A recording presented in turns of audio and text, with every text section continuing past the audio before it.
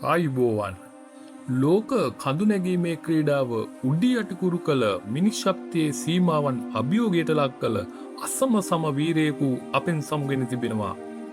කිසිවක් කළ නොහැකි දෙයක් නොවේ කියා මුළු ලෝකයොක්ටම ඔප්පු කර පෙන්නූ ලෝක වාර්තාවකට හිමිකම් කියූ නේපාල කඳුනගින්නකු වෙන නිර්මාල් පූජ්‍රා පාකිස්තානයේ බෝඩ් පීක් කන්දේ ඇති වූ දරුණු හිමකුණාටුවකට හසු වී ජීවිතක්ෂයට පත්ව තිබෙනවා. ඔහු ඇතුළු තවත් දක්ෂ කඳුනගින්නන් දස දෙනෙකුගේ ජීවිත බිලිගත් මේ කේදවාචකය මුළු මහත් ලෝකයම කම්පා කර අවසන්. මාරාන්තික ලෝකයේ උසම කඳුමුදුන් 14ක් මාස 6ක් වැනි කෙටි කාලයකින් ජයගත් මේ අපරාජිත මිනිසාගේ අවසන් ගමන සහ ඔහුගේ අසිරිමත් ජීවිත කතාවයි මේ.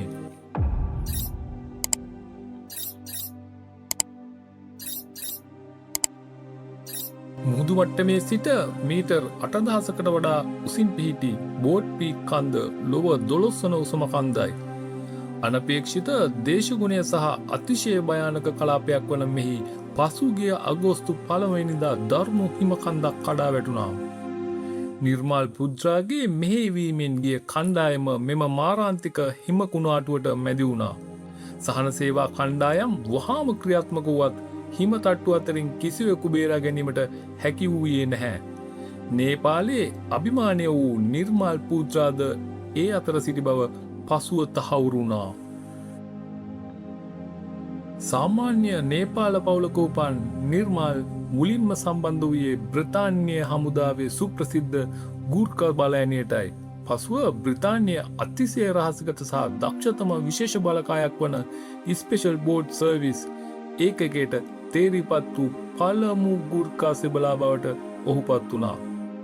හමුදා නිවාඩුවක් අතරතුර එවරස්ට් කඳවුර වෙත ගිය ගමන ඔහුගේ ජීවිතය වෙනස් කළා. අධික උසකදී ශරීරයේ ඔක්සිජන් ලබා ගැනීමේ අසාමාන්‍ය හැකියාව තමාට ඇති බව ඔහු වටහා ගත්තා. 2019 වසරේදී තමා හමුදා ජීවිතයට සමුදී නිවස උකසට තබා ඔහු ලෝකයේම මවිත කළ ප්‍රොජෙක්ට් පොසිබල් ව්‍යාපෘතිය ආරම්භ කළා. ලෝකයේ මීටර් 8000කට වඩා උසින් වැඩි මිනිසුන් මිය යන කලාපයක් ලෙස හැඳින්වෙන ඩෙත් සෝන් ලෙසද හැඳින්වෙන කඳුමුදුන් 14ම තරණය කිරීම ඔහුගේ ඉලක්කය වුණා. මීට පෙර එම වාර්තාව තැබීමට වසර 7කට වඩා ගත වී තිබුණා. නමුත් නිර්මාල් පැවසුවේ තමා එය මාස 7කින් අවසන් කරන බවයි. ප්‍රවීණයන් එය සියදිවි නසා ගැනීමක් ලෙස හැඳුන්වත් නිර්මාල් පසුබට වූයේ නැහැ. එවරස්ට් K2 ඇතුළු ලෝ භයානකම කඳු 14ම ඔහු දිනාගත්තේ වටිනා ජීවිත රැසක්ද බේරා ගනිමින්. අවසානයේ ඔහු ඒ සියල්ලම නිම කළේ දින 186කින්. ඒ කියන්නේ මාස 6යි දින 6ක් වැනි කෙටි කාලයකින්. මෙම අදහාගත නොහැකි ජයග්‍රහණය Netflix 14 feet nothing is impossible වාර්තා චිත්‍රපටය හරහා ලොව පුරා මිලියන ගණනකගේ හදවත් දිනාගත්තා. නිර්මාල්ගේ සැබෑ ජයග්‍රහණය වාර්තා තැබීම පමණක්ම නෙවෙයි.